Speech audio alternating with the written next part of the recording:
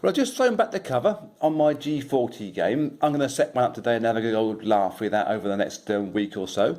And, well, remember this stuff.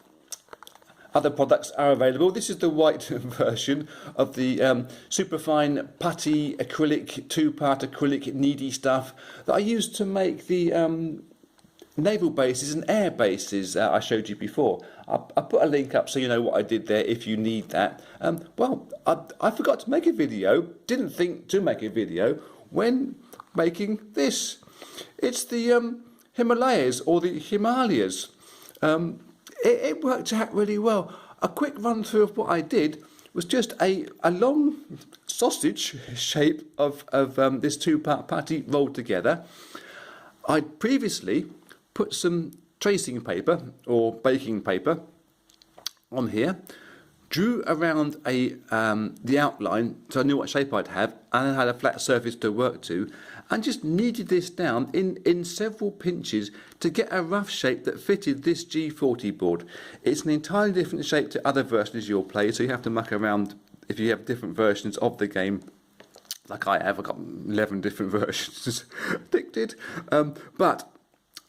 You need this with your finger. You pinch with your fingers to get rough shapes, squash things down on your baking paper, because it's not going to stick to that, but it will give you a nice sort of flat forming, especially if you're pressing down on the flat edge in the first place. Then I used my nails and I started to pinch in ridges. So all these lines, all these crevasses, all these valleys are all made by my own fair nails. Had to be careful I didn't make them very uniform, because I did start to notice that I did. But when I pinched a few areas just to see how this would work, and I know that Everest is roughly there. Geographically, this isn't anywhere near perfect. It's a rough idea of where things were.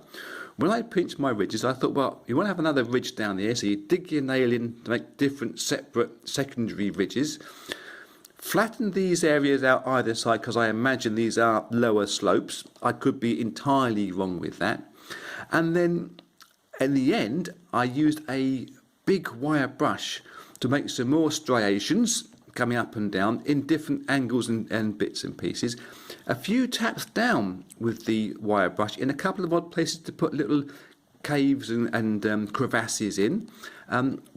You just got to work it by eye, by feel, by imagination. And then once that had started to go off, which was a couple of hours later, I again got my little square needle file and just scraped any areas that looked as if they were too uniform, that they were too neat and too natural.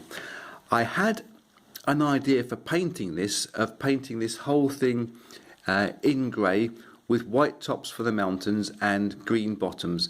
When I put it on here, I just thought the process of painting that, you're never going to get this as neat and as tidy in terms of the grey areas, that is, versus the snowy capped white parts, as you would when natural shadows would change the light and dark. As you can see around here where there's a secondary ridge, you've got some lovely light and dark coming in.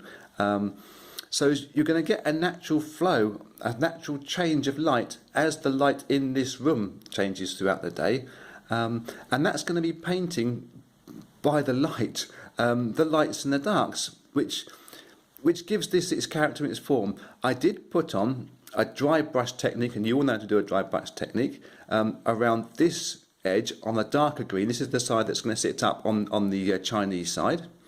I used a slightly lighter colour green dry brush, again on what I consider is the lowers, and around the edge all around there, just to help blend this thing in, so it wasn't quite as stark as a completely white set of mountains, and a slightly more beige area for where Afghanistan sits. Other than that, once this thing had dried, I put on or cut some felt for the bottom, just as a little bit of extra support. Even though this stuff is very, very hard, very, very tough, I didn't want it to scrape the perspex anyway, or itself get damaged from moving around. So there you have it. When you see it at the right angle, if that's in focus, the Himalayas and Mount Everest loom out over your G40 board, or whichever version you're playing. I would my only advice would be when doing this is not to make it too tall. Let me find a unit to give you as a reference for its height. I think if it got too tall, you may end up knocking it, and a bit gets in the way too much. But as you can see, Everest is about the same height there as a British artillery, and with other units coming in and nipping around. As a general guide, let me just nip down to me drawers. At least I can show off my Chinese troops. I really like my Chinese army. They're a great colour. Yeah, so there you go. There's the Himalayas with Mount Everest, made out of acrylic putty. I hope you have some fun with other ideas like that. Till next time, be cool.